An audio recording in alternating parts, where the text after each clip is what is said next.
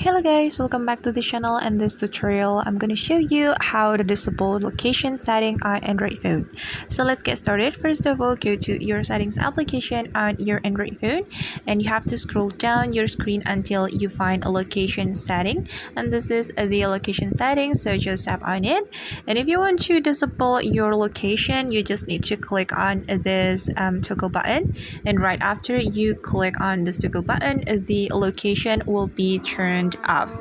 Okay, and there is another way to turn off the location setting. You just need to swipe down your screen and swipe down one more time. Then to turn off the location, you just need to click on this button.